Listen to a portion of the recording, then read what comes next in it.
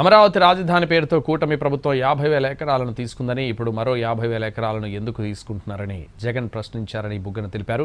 దాని నుంచి బయటపడేందుకు diversion politics చేస్తున్నారని మండిపడ్డారు.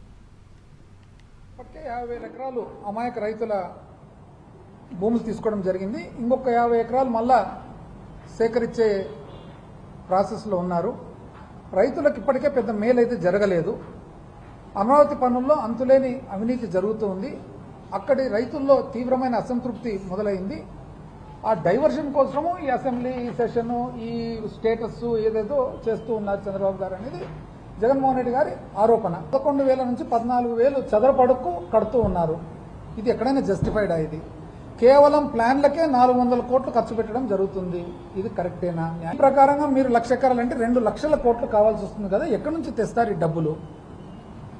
అసలు ఈ ప్రకారంగా అసలు మీరు రాజధాని కట్టాలంటేనే ఎన్ని దశాబ్దాలు పడుతుంది? అసలు ఫైనల్గా మీరు చేసిన ఆలోచన వలన, మీ పాలసీ వలన రాష్ట్రానికి రాజధాని అనేది